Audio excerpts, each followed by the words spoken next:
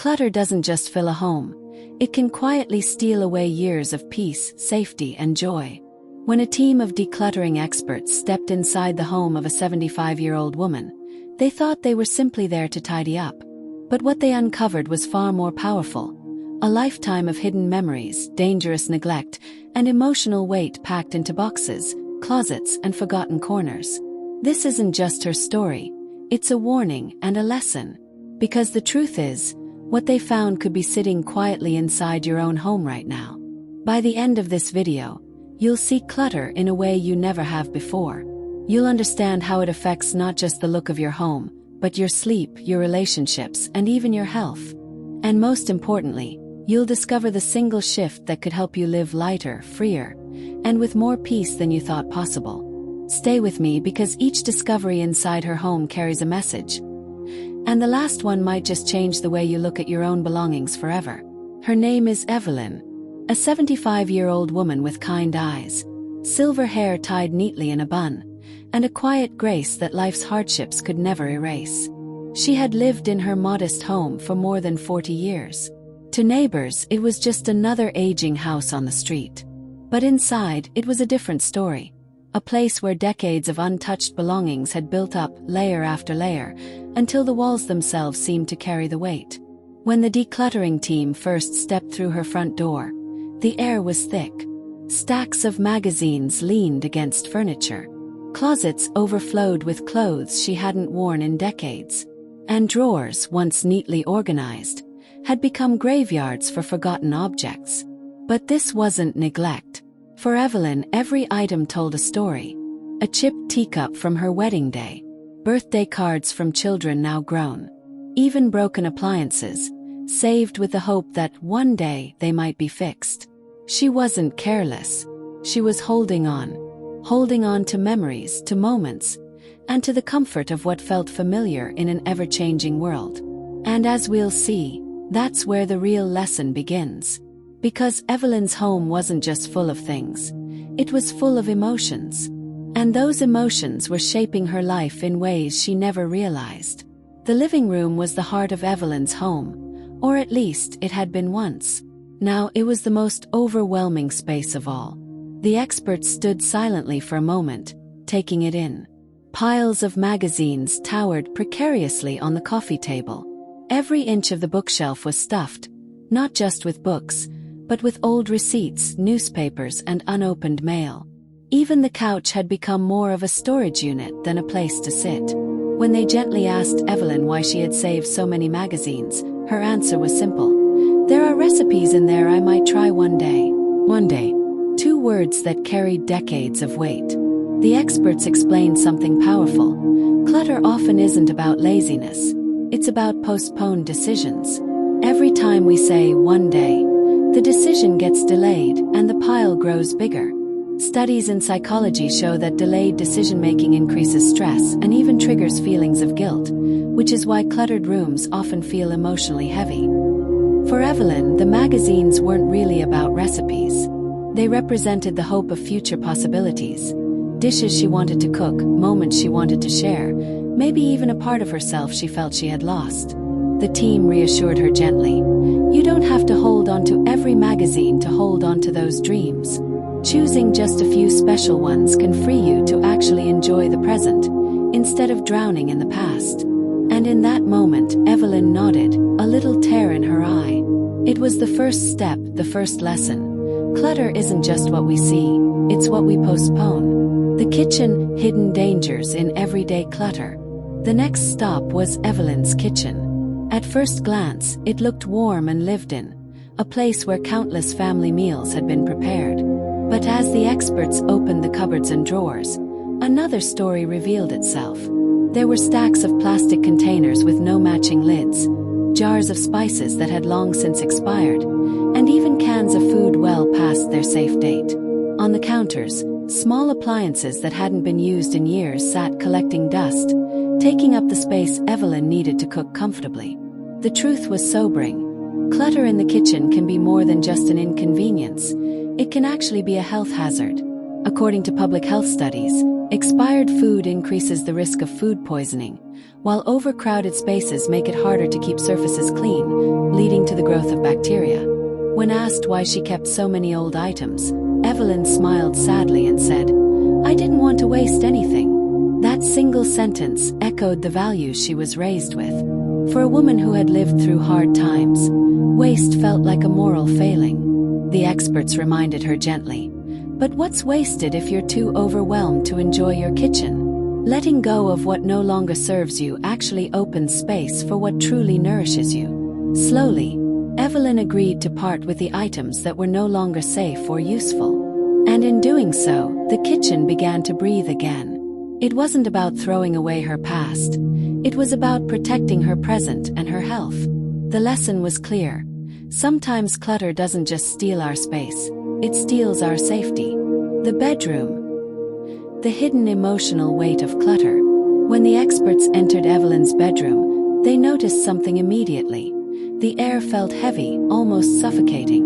The room that should have been a sanctuary of rest was instead overwhelmed by piles of clothing, extra blankets stacked on chairs, and unopened boxes pushed into corners. Her bed, the very place meant to restore her body and spirit, was surrounded by clutter that seemed to press in on her.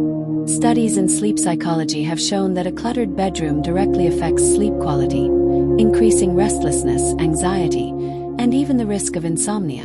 For seniors whose sleep is already more fragile, this can take a real toll on health. When asked about the piles of clothing, Evelyn lowered her eyes.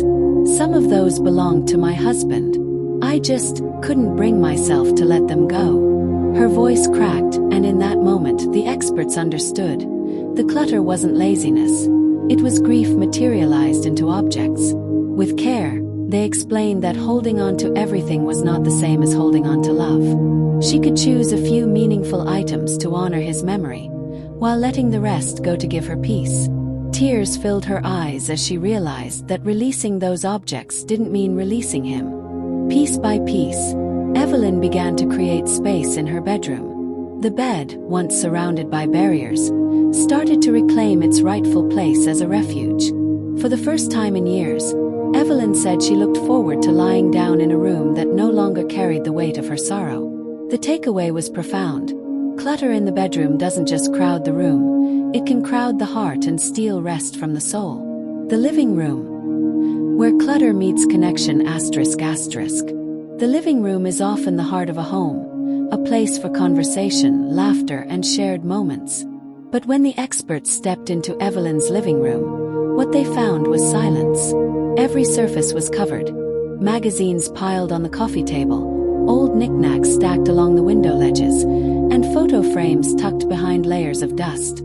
The furniture, once inviting, was barely usable. For Evelyn, the living room had stopped being a place of connection and instead became a museum of things she didn't know how to part with. Studies have shown that clutter in social spaces increases feelings of loneliness and decreases the likelihood of inviting guests over. And for seniors, isolation is a serious risk to both emotional and physical health. When asked when she last had friends over, Evelyn hesitated. "Years ago," she whispered.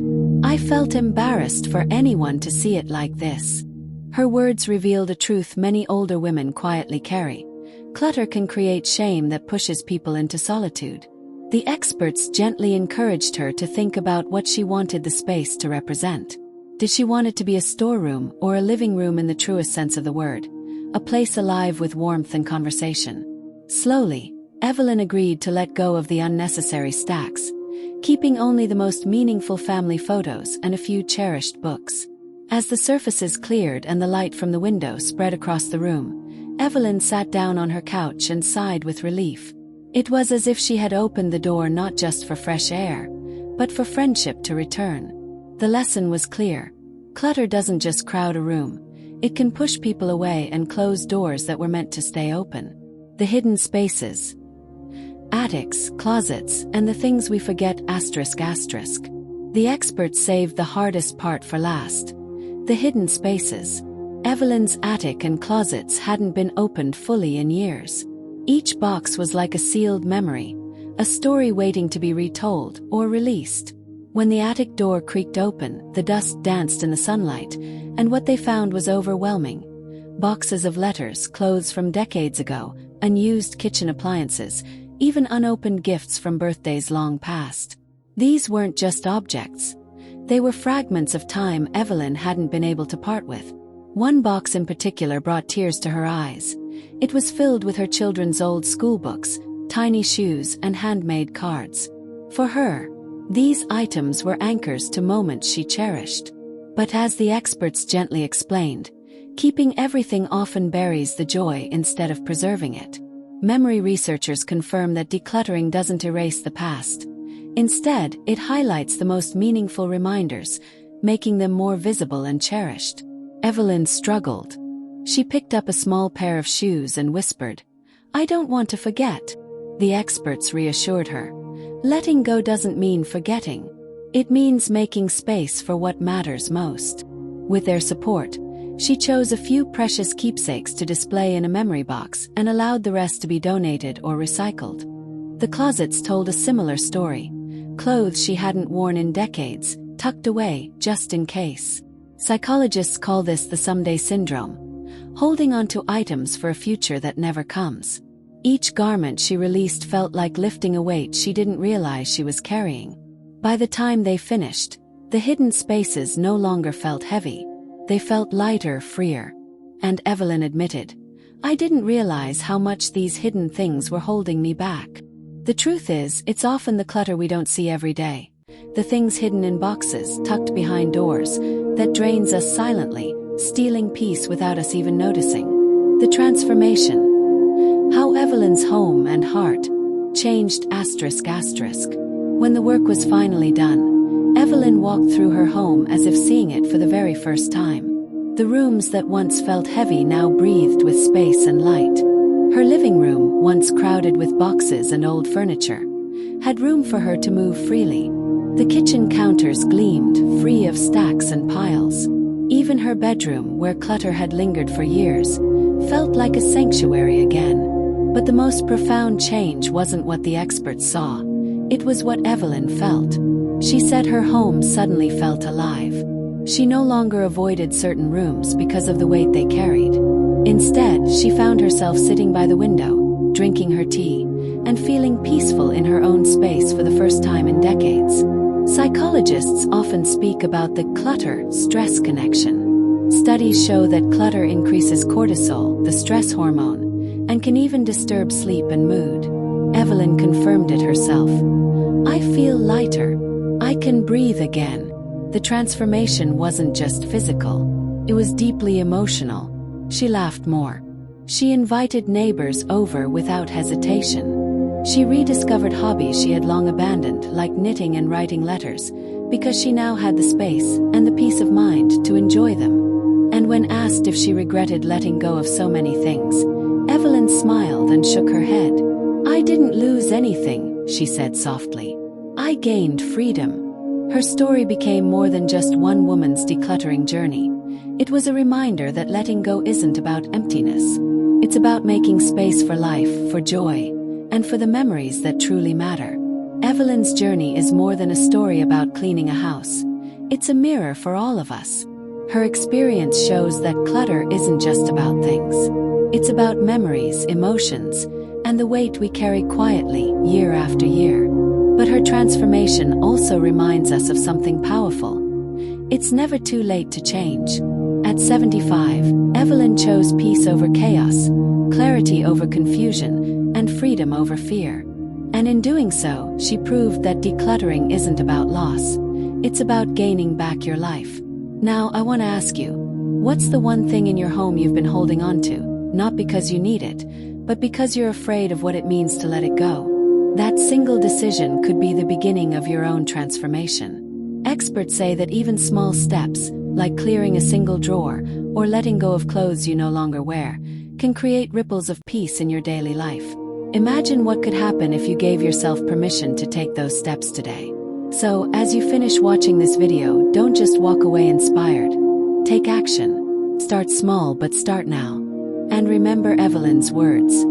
"I didn't lose anything. I gained freedom." If this story touched you, share it with someone you love. Because sometimes, the gift of freedom begins with just one brave choice to let go.